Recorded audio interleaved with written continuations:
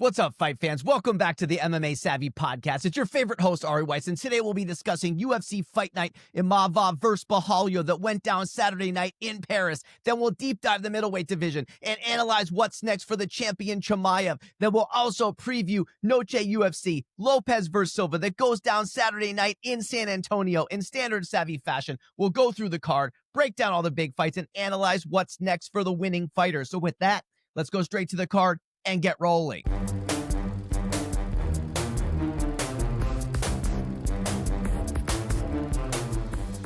Let's go, baby. UFC Fight Night, Imavov versus Bahalyo. That was insane in Paris. I told you about the international crowds, okay? Don't doubt me. It was one of the best crowd experiences maybe ever in UFC history. Yes, England likes to go crazy, but Paris brought the thunder, and Richie Boy was saying it was almost like the 12th man. Imavov versus Bahalyo. What a great card, too, I gotta say. Not a ton of rankings, but with all the hometown fighters there. I think the French fighters went 5-0. They swept the cards. It was insane. So before we get to the main event, let's talk about Saint Denis Ruffy really quickly.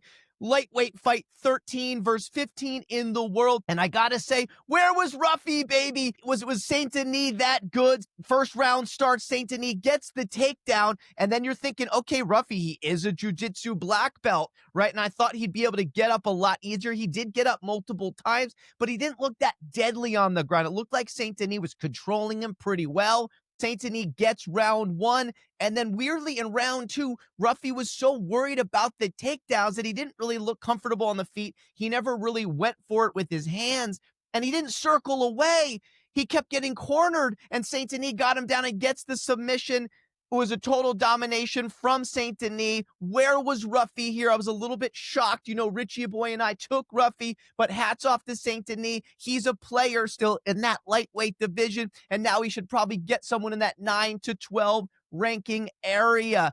Then you get to the main event. It was a pretty damn unbelievable back and forth technical battle. Very impressed with the speed of Imavov. The story was his hands, man. I mean, Bahalyo, he kept fighting. He was in the fight in a lot of the rounds. I think round one was very close. Not much happened. It might have just squeaked to the side of Imavov. Round two was where Nassourdine really started showing, man, he might have the quickest right hand in all of MMA right now. He actually outstruck Bahalyo. He was putting on a clinic, and I did say, baby, I did call this. I told you he'd be able to stuff the takedowns, which he kept doing. Although I didn't think Bahalyo was insanely aggressive with the takedowns. Every time he went for them, he didn't really get much traction. He barely had Imavov in trouble with the grappling at all, which maybe is good for Imavov thinking ahead to Chimaev, and now he's going to be able to deal with that if he gets the title shot. So then round three, at this point, it could have been 2-1 Imavov, 3-0 Imavov. Maybe, I know Nico was not happy about that. Kyle was definitely in the fight, though. He was starting to throw. He started making it a dog fight by round three, but then by round four, Imavov came back, and what an amazing performance there from Nassourdine, really just to take the fight there, and then five was close, but he did enough, baby. I don't care what Nico says. It was pretty close. I wouldn't say it's the most dramatic, definitive, badass victory, but he did enough. It was a clinical striking showcase for Imavov. Bahalyo could never change his game plan. He couldn't get takedowns. He really couldn't get in there with the striking. So hats off to Imavov. Unbelievable win. He's going to keep his number 2 ranking. And Bahalyo, he just didn't take it to that whole extra level. He should have gone for broke in the 4th and the 5th round, I feel like, when he's down. But he'll be back. The nerds took a hit here. Ruffy and Bahalyo both going down. Saint Denis Imavov winning. So what does that now mean for the middleweight title picture, baby? Who does Chimaev get next? That's what all fight fans need to know. So let's just look at the rankings here. You can see Chimaev, the champion. Imavov really makes a good claim for that title shot, but was it enough?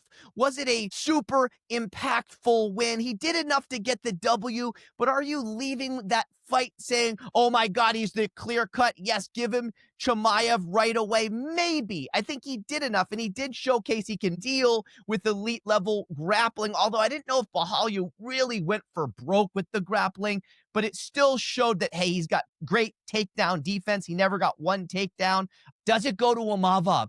Or does the De Ridder and Hernandez fight now? Are they in play now because it wasn't that striking of a victory to just give it to Imavov right away, right? So here's the thing. In early December, that's the last pay-per-view of the year. So we're exactly 3 months away. So unless Imavov sustained an injury or he's hurt or he needs time off, why not book Imavov Chimaev right away? But I don't think that's what's going to happen because we all know Khamzat likes to wait, baby. Nico's not going to be happy about this, but they could right now. You could have a 3-month camp and fight in the final pay-per-view of the year in early December. But De Ridder Hernandez is happening in mid-October. You can see this right here in Vancouver on October 18th, which is like 5 weeks away. So most likely Chimaev and the UFC are going to sit and they're going to see the outcome of this because I wouldn't say Imavov's performance was earth-shattering to demand the title shot right now. So since you have those two other guys, why not wait to see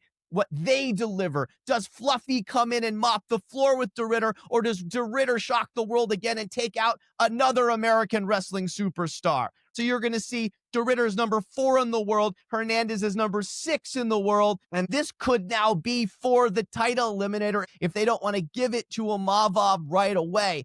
But if I was running the UFC, I would love to just get a fast-track Chimaev, Imavov before the end of the year, but I don't run things, so it might come down to how did this fight go? Does De Ridder or Hernandez give you a spectacular performance, and then they leapfrog and get the title shot? Okay, so anyway, that's the middleweight title picture. A lot going on. Who gets Chimaev next? It is Imavov. Is it De Ridder or is it Hernandez? And then we're going to end the show, baby, with this coming weekend. Noche UFC, Lopes versus Silva. Now, I got to say, I'm not that impressed with the card, but I do like the main event. Both are Brazilian, but we all know Lopes has moved to Mexico. He's fighting in Mexico. That's where he trains. So the Mexican crowd and the people there have sort of accepted him as a Mexican son, if you will, even though he has the Brazilian heritage. It is a great fight. Lopes, now the number 2 contender in the world after losing to Volk, and John Silva, the phenomenon, number 10 in the world. He's the other nerd. Richie took a hit with the nerds. The aura might have left the building. You just had Bahalyo lose. You had Rufy lose. And is their aura of invincibility dented a little bit? But Richie believes that Silva might be the most talented and most deadly of the nerds. If you look at the odds here, Vegas is agreeing with him.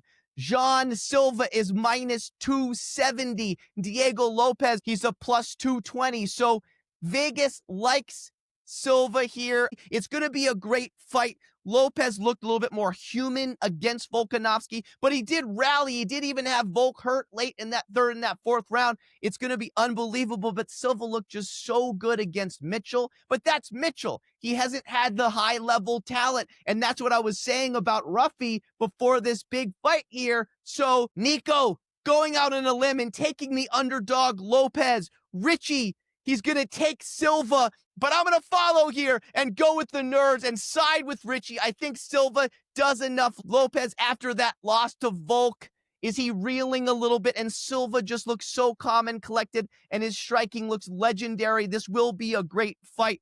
But just overall, I'm not that impressed with the card. I mean, Font versus Martinez in the co-main. Really, Dana? I know it was supposed to be Rosas Jr., but even with that, I don't think this is a unbelievable card. But anyway, we're only going to pick the main event. On Friday, our Instagram post comes out, and then you'll see all of the Savvy Bro picks. So right now, we're just picking the main. But what I do want to show you really quickly, let's just look at the division here. What's going on, Dana? Why have you not booked Volk? Where is Evloev? Where is Rodriguez? Where is Murphy? I know Sterling just came off the win, but this fight now is big for that because Lopes, number 2 in the world, is fighting John Silva at number 10. So at least we'll get answers there. But like I said, you got 3 months till that early December card. If Volk's not on that, that's ridiculous. He said he was going to fight 3 times a year. I know I've been ranting and raving about this recently, but get Volk a fight.